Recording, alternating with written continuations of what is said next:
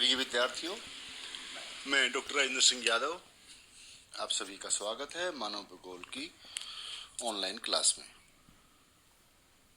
पूर्व लेक्चर में हमने मानव भूगोल के आधारभूत सिद्धांत के बारे में डिस्कशन किया था, जिसमें हमने पहले सिद्धांत क्रियाशीलता के सिद्धांत पर विस्तार से चर्चा की थी। बिना वक्त गुजारे हम दूसरे सिद्धांत सार्वभौमिक एकता के सिद्धांत, जिसे हम पार्थिव एकता का सिद्धांत भी कहते हैं, इस पर आज चर्चा करेंगे। पार्थिव एकता या सार्वभौमिक एकता या पारिवारिक एकता या वैश्विक कुटुंब इत्यादि अनेक शब्दों के रूप में जाने वाला यह सिद्धांत क्या है? पार्थिव एकता किसे कहते हैं? या इस सिद्धांत का एक और नाम भी है अंतर संबंध का सिद्धांत, इंटर रिलेशनशिप, और प्रिंसिपल ऑफ टेरेस्ट्रियल यूनिटी यानी पार्थिव एकता। इसको समझने के लिए यदि हम ये समझें कि संसार में विद्यमान प्रत्येक तत्व में एक दूसरे से संबंधित और एक दूसरे पर आत्मनिर्भर होते हैं, प्रत्येक भौगोलिक कारक का स्वतंत्र एवं पृथक अस्तित्व असंभव है। प्रत्येक भौगोलिक कारक दूसरे कारक से प्रभावित होता है तथा स्वयं भी अन्य तत्वों के सम्मिलित प्रभाव के द्वारा ही किसी क्षेत्र विशेष का वास्तविक भूदृश्य विकसित होता है। यानी आज अगर हम पृथ्वी के किसी भूभाग पर किसी भौतिक या सांस्कृतिक भूदृश्य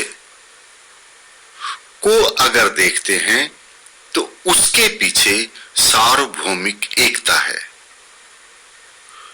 एक छोटे से एग्जाम्पल के लीजिए, अगर आप आज जिस कक्षा में पढ़ने के लिए आते हैं सेकेंड ईयर द्वितीय में, तो यहां तक पहुंचने में आपके परिवार का योगदान बहुत महत्वपूर्ण है। जन्म से लेकर यहां तक पहुंचाने में जो पार्थिव एकता है वो आपके परिवार और समाज की है। क्योंकि आप यहां तक पहुंचे, आपको संपूर्ण पोषण एवं जिन तथ्यों जिन सुविधाओं की आवश्यकता थी वो आपके परिवार ने उपलब्ध कराए। उन्हीं संसाधनों में सरकार द्वारा महाविद्यालय स्थापित किए गए, जहां आप आज अध्ययन कर रहे हैं। शिक्षक के रूप में आपके समक्ष हम उपस्थित हैं। ये संपूर्ण व्यवस्था को हम सार्वभौमिक एकता के रूप में जानते हैं। प्रारंभ में आपने स्कूल या नर्सरी में अध्ययन किया, फिर आप स्कूल में आए, फिर आप इंटर में आए, फिर आप बढ़ते बढ़ते आज महाविद्यालय में उपस्थित हैं। इसके पश्चात आप अन्य उच्च शिक्षा के क्षेत्रों में प्रस्थान करेंगे।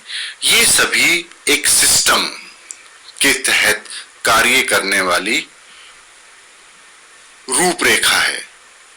इसे एक पार्थिव एकता के रूप में भी आप देख सकते हैं। अगर महाविद्यालय नहीं होते तो आप उच्च शिक्षा ग्रहण कहां करते? ये सभी एकता का प्रतीक है। एक स्टेप के बाद दूसरा स्टेप हमारे सामने उपस्थित होता है। इसे हम एक दूसरे उदाहरण के रूप में भी समझ सकते हैं। जैसे किसी प्रदेश में निवास करने वाले मानव के रहन सहन, जीवन, खान पान, वेशभूषा, सामाजिक व्यवस्था आदि पर विभिन्न भौगोलिक दशाओं का प्रभाव पड़ता है तथा स्वयं मनुष्य भी अपने विवेक और तकनीकी के आधार पर भौगोलिक कारकों को परिवर्तित करता है, उनमें परिवर्तन लाता है। जहां प्राकृतिक कारक या भौगोलिक तत्व आपके जीवन को प्रभावित करते हैं, वहां आप अपने विवेक से, जैसे जंगल में रहने वाले जीव जंतु, चाहे वो सर्दी हो, चाहे बरसात हो, चाहे भीषण गर्मी हो, किसी प्रकार के वस्त्रों को धारण नहीं करते हैं। लेकिन हम मानव प्रजाति में ये चीज विशेषकर सम्मिलित है कि हमारे वस्त्र और वेशभूषा हर दूसरे तीसरे महीने परिवर्तित हो जाती है।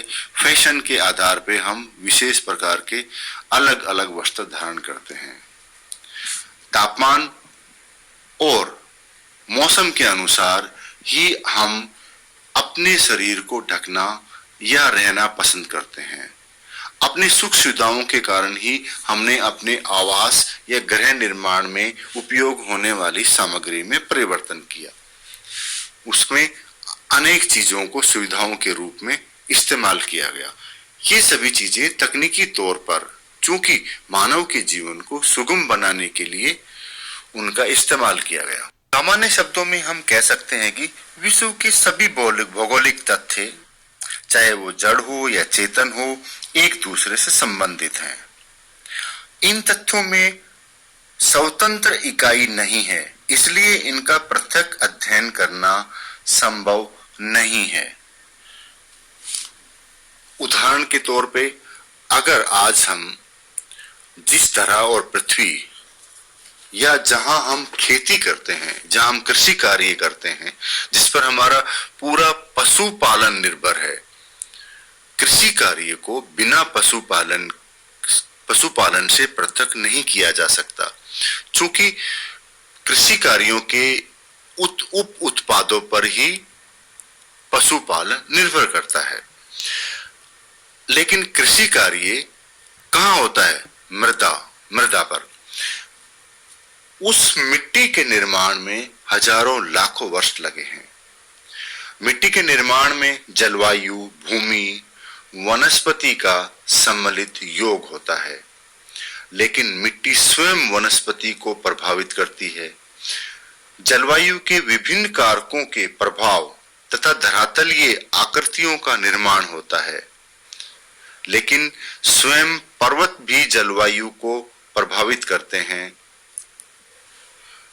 विभिन्न जलवायु क्षेत्रों में विभिन्न वनस्पतियों का विकास होता है, लेकिन वनस्पति विकसित होने पर जलवायु को प्रभावित करती है। जैसे सघन एवं विस्तृत वनस्पति क्षेत्र तापमान को प्रभावित करते हैं तथा आर्द्रता को बनाए रखते हैं। अतः भौगोलिक वातावरण का प्रत्येक तत्व एक दूसरे पर निर्भर, अंतः संबंध तथा एक दूसरे में संगठित होते हैं। इस उदाहरण के माध्यम से हम पार्थिव एकता या अंतर संबंध के सिद्धांत को भली भांति से समझ सकते हैं। अब विभिन्न भूगोलवेताओं द्वारा इस सार्वभौमिक या पार्थिव एकता सिद्धांत के बारे में क्या कहा गया है, वो निम्न प्रकार से है। पार्थिव एकता का यह सिद्धांत सर्वप्रथम जर्मनी के प्रसिद्ध भूगोल शास्त्री एवं विद्वान रेटजेल ने प्रस्तुत किया था। उन्होंने संपूर्ण विश्व को उसके वैयक्तिक अवयवों के रूप में न देखकर सभी अवयवों के पारस्परिक संबंध अथवा समष्टि रूप में देखा था। उन्होंने अपनी पुस्तक में इस तथ्य पर बल दिया। पृथ्वी पर मानव का विभाजन प्राकृतिक शक्तियों द्वारा प्रभावित या नियंत्रित है। उन्होंने पृथ्वी के संपूर्ण रूप में एक माना एवं उसमें एकता का अनुभव किया। उनके अनुसार मानव का संपूर्ण जीवन, उसकी बहुमुखी क्रियाएं, मानव समुदाय एवं मानव समाज सभी का अध्ययन विवेकपूर्ण एवं व्यवस्थित ढंग से किया जाता है। इस अध्ययन में पृथ्वी के विभिन्न तथ्यों या अवयवों के पारस्परिक संबंधों पर जोर दिया जाता है, जिसमें भौगोलिक एकता के दर्शन होते हैं। इसी प्रकार के विचार रेटजेल की शिष्या कुमारी सैंपल के अनुसार पृथ्वी की एकता और उसके अवयवों का पारस्परिक संबंधों का सिद्धांत रेडजेल के उस दृष्टिकोण का फल है जो पर्वत पर खड़े होकर देखने वाले एक व्यक्ति को प्राप्त होते हैं। सैंपल का कहने का अर्थ था, अगर हम बहुत ऊंचाई से क्षैतिज तक जितना क्षेत्र हमें देखने को मिलता है वो सभी उस स्थान की भौगोलिक दशाओं के निरंतर लाखों करोड़ों वर्षों के पारस्परिक योगदान के फलस्वरूप उत्पन्न होने वाला एक भूदृश्य है। प्रोफेसर ब्लास ने कहा, समस्त भौगोलिक विकास में प्रमुख भावना पार्थिव एकता ही है। प्रसिद्ध खगोल शास्त्री टॉलमी के शब्दों में, भूगोल वह उत्कृष्ट विज्ञान है जो आकाश में पृथ्वी की छाया देखता है। हम्बोल्ट के शब्दों में इस सिद्धांत को पुष्टि करते हुए कहा, संपूर्ण विश्व में एक ही आत्मा और एक जीव के दर्शन होते हैं, जिसके कारण पृथ्वी की बाह्य भिन्नता के पीछे व्यापकता तथा एकता है। उनका कथन है कि प्रकृति एक तथा अकाट्य है, उसकी विभिन्नताएं केवल प्रतीयमान हैं, उनमें सत्यता नहीं है। तथा इसी प्रकार के विचार Blache, professor Brunhes, professor Huntington, professor Mukherjee इत्यादि सभी भूगोलवेताओं ने पार्थिव एकता के सिद्धांत पर बल दिया है। तीसरे सिद्धांत। डियर स्टूडेंट, वातावरण समायोजन का सिद्धांत जो कि तीसरा सिद्धांत है, इसके बारे में हम मेरे अगले लेक्चर में हम डिस्कस करेंगे। आज हमने दूसरा सिद्धांत पार्थिव एकता का सिद्धांत, या जिसे हम अंतर संबंध का सिद्धांत भी कहते हैं, principle of terrestrial unity and principle of inter relationship, इस सिद्धांत का एक अन्य नाम भी है जिसे हम सार्वभौमिक एकता के नाम से भी जानते हैं। मैं उम्मीद करता हूँ आपको मेरे इस लेक्चर से अवश्य लाभ होगा। मैं अंत में आपसे सभी से यही कहूँगा कि कोरोना की संपूर्ण गाइडलाइन की पालना करें, स्वस्थ रहें, अपने परिवार को भी स्वस्थ रखें। जय हिंद।